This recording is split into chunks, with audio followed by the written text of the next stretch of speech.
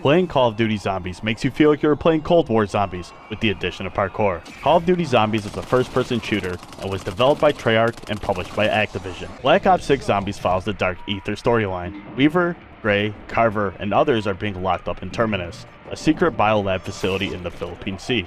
After 5 years of being held there, an outbreak occurs and their imprisonment is ended when Maya and Peck break them free. Now they have to confront the new Dark Ether threats while finding out the motivations of Richtofen. While this is going on, another outbreak is occurring at Liberty Falls, a small town in West Virginia where Project Janus is being stationed. If you are a person that has been following the multiple zombie storylines, this would absolutely be something that you'd pay attention to. As someone who hasn't followed the story too much, I was still able to enjoy Zombies. So I wouldn't say that it is solely targeting those that like a good story, but it sure has a deep story behind it. COD Zombies can be played on a mouse and keyboard or a controller and is available on these platforms. Next, here are the menu settings. There is both crossplay and cross progression through the linking of an Activision account. The graphics look good, but it's better for the 102 gigabytes that it takes to play it. The level of detail they went through to keep the characters looking realistic really show when you take a look at them. From moisture on the characters' faces, cuts, tattoos, etc.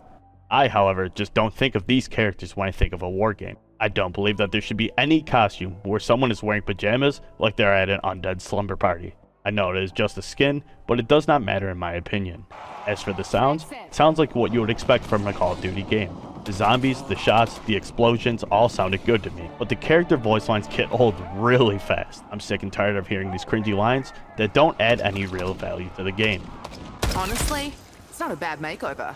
I think you look great. I mean, compared to the older characters like Dempsey, Nikolai, Takio, and Richtofen, those lines were repetitive, but it was iconic and it worked then. I don't think they do so much here. Here are the system requirements.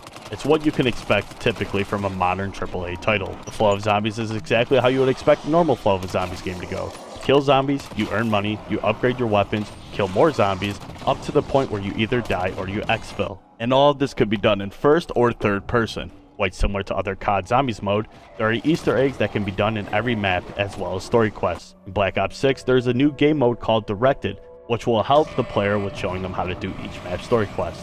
This is helpful because a lot of the time, the story quests need you to do specific tasks, requiring the player to typically watch a video on how to do it, or at least that's how I did it. But this is no more now. Zombies are separated into two maps at the moment. Terminus and Liberty Falls. In Terminus, the map is huge, giving the player opportunity to go in the water and even drive a boat to the surrounding areas around the map.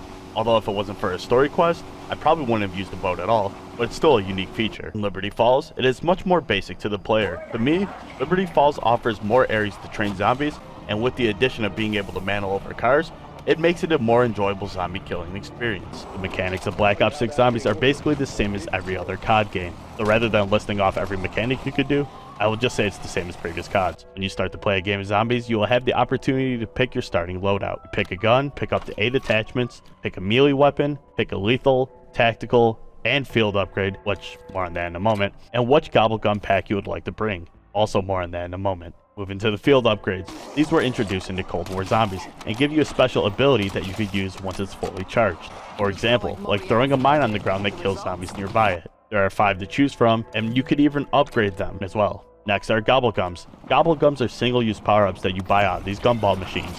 Contents of the gumball machine depends on the 5 gobblegums you choose to bring, and when you use the gumball machine, you'll get a 1 in 5 chance to get a specific gumball. If you play Black Ops 3, you know exactly what I'm talking about. However, different from Black Ops 3, there are no more liquid divinium that you have to use in order to get these gumballs, or rather you are randomly awarded them for surviving rounds of zombies. Or of course by spending your money too. Moving to the perks, there are 8 perks to have. If you have played previous Call of Duty Zombies, you will know them right away, like Juggernog and Speed Cola.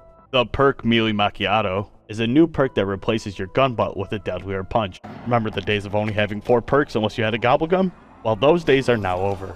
Now you can buy and have all the perks equipped at once without needing a gobblegum to do so. When you go down, you don't exactly lose every perk that you have either, but only the ones that aren't around the bleed out timer. Whatever perks you see that are still around the circle when you get picked up are the ones that you'll keep. Augments are a new addition to the series. These work as additional buffs that you could use to add to your perks, ammo mods, and field upgrades, such as slightly increasing your armor's durability, having your melee attacks restore some health, or deploying equipment faster. Each one has 6 upgrades that can be researched, broken up into 3 major and 3 minor augments, shown on this path. You can research only one path at a time, so be sure to pick the one that gives you the most benefits first. Once they are researched, you can equip 1 major and 1 minor augment at a time. A little weird that they broke it up this way, but still a pretty cool idea. Crafting makes its return from Cold War zombies as well. In order to do it, you need to kill zombies to make them drop salvage. Take the salvage to either the crafting bench or the arsenal. At the bench, you could craft score streaks, tactical or lethal equipment.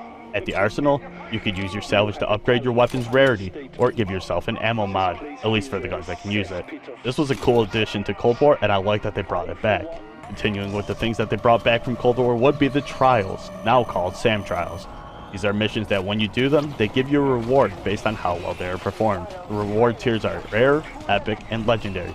Once the timer is over, whatever reward tier you are at is what you get, which is slightly different than Cold War, where it could carry over into the next trial. Call of Duty finally cares about the players that don't have hours and hours to play with the introduction of being able to save solo games. Now you can play as long as you have and not worry about losing all of your progress. But with that, they introduced a 15-minute pause timer, and after it expires, they either automatically save and quit your game, or you can no longer pause the game. I don't think this needed to be implemented at all, and actually hurts the game. There are multiple things for you to kill in zombies. Starting off, we have the basic zombie. The basic zombie, but in a more spongy form. We have knockoff Mega Man, spiders, or flying dead fish things, if you don't like spiders. Flying spitters, this big old chargy boy, and the man of 45 million arms. There are a few other enemies, but because you need to do the story quest for them, I will not spoil those. Zombies is able to be played solo or with up to 3 other players. You can join through in-game invites or public matchmaking. There is both in-game voice and text chat. In just about all games, there's potential for griefing, and in this game, is running your train of zombies into another player's train. This isn't new to a zombies player, but if you run a train of zombies into another player's back, be sure that they're going to be pissed about it. There are a bunch of cosmetics that you could get while playing zombies, ranging from camos that you can get from killing zombies with headshots to different reticles on sites that you can use. You can even earn different weapon charms or stickers from the battle pass, which will lead to my next topic of pay to win. I wouldn't say that zombies is pay to win. The only things that you could really buy are gobblegums, which you can earn by playing, or weapon variants that can be earned in the battle pass, but mostly in the premium battle pass.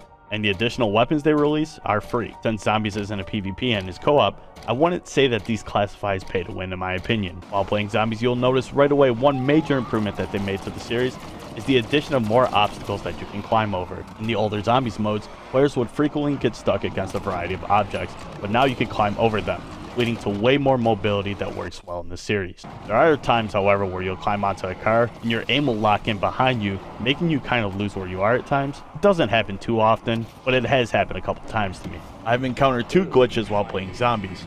With the pack-punched AK, after every time I stop shooting, it looks down. It makes using it a bit frustrating, but not game-breaking.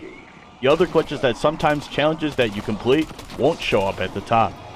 These are the 2 glitches that I came across, but if you look it up on YouTube, I'm sure there's definitely more out there. Call of Duty Zombies is a classic for any Call of Duty fan. After moving away from the round-based zombies modes like in Cold War, they came back to what made zombies great and fun to play. They have Easter eggs and story quests for the completionists out there. They allow you to mantle more things, which may make this the best movement in any Call of Duty Zombies game. And they even brought back the gobblegums from Black Ops 3. But it does get annoying hearing your characters say corny lines to the point where you either want them to shut up or you turn off the sound. Either way, with that being said, on our patented 0 to 1 scale, we rate this game a 0.72 out of 1. The game mode is very solid and the maps are done well, but the characters being cringy, as well as the ridiculous amount of manglers that you have to deal with in later rounds, paired up with the nonsense pause timer, has hindered zombies from being great so far. If you like this no bullshit review of Black Ops 6 Zombies, be sure to take a bite out of that like button, charge into that sub button, and comment down below your favorite football team. If it's anyone other than the Buffalo Bills, you're wrong. Thank you, good night, and remember to pack a winter car emergency kit in case you get stuck.